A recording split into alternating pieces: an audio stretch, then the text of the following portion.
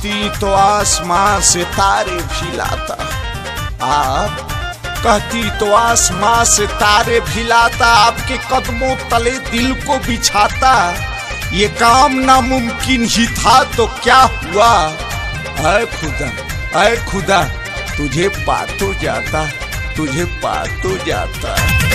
दिलवा में उठे दर्दिया लगे ना घाई है, दिलवा में उठे दर्दिया लगे ना घाई है।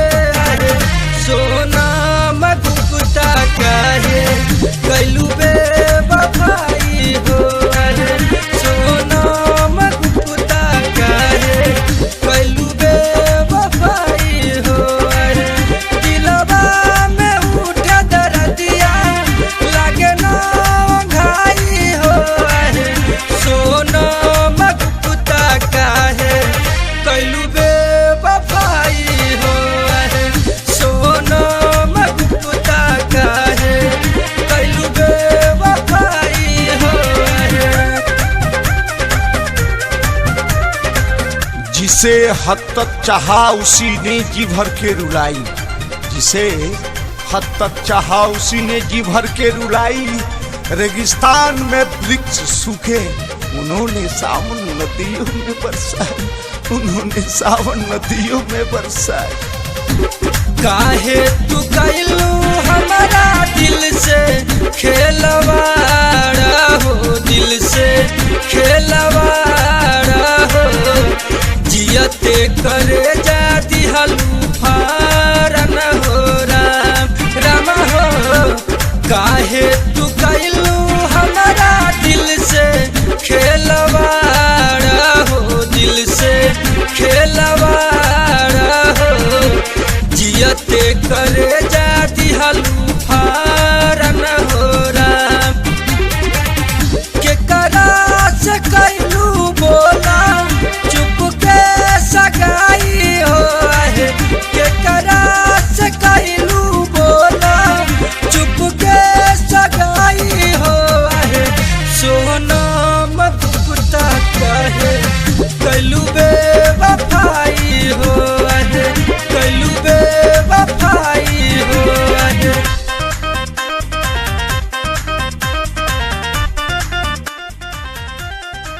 आप कहती तो आसमां से तारे भी लाता, आप कहती तो आसमां से तारे भी लाता, आपके कदमों तले दिल को बिछाता। ये काम नामुमकिन ही था तो क्या हुआ, ऐ खुदा तुझे पा तो जाता, तुझे पा तो जाता।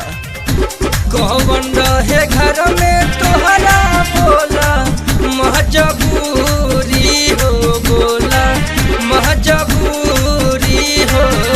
प्यार रह गइल आधा अधूरी हो राम हो। कौन रहे घर में तोहरा बोला महजबूरी हो, बोला महजबूरी हो। प्यार रह गइल आधा अधूरी हो राम। दूसरा के नाम के लिहलू गोदाना गोदाई हो, दूसरा के नाम के लिहलू गोदाना गोदाई हो। सोना मगुता काहे कैलू बेवफाई हो, सोना मगुता काहे कैलू बेवफाई हो, कैलू बेवफाई हो। जिसे हद तक चाहा उसी ने जी भर के रुलाई, जिसे हद तक चाहा उसी ने जी भर के रुलाई। रेगिस्तान में वृक्ष सूखे उन्होंने सावन नदियों में बरसाए, उन्होंने सावन नदियों में बरसाए।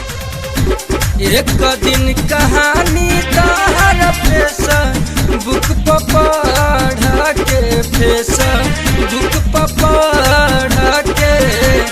राजा राजेश लिखले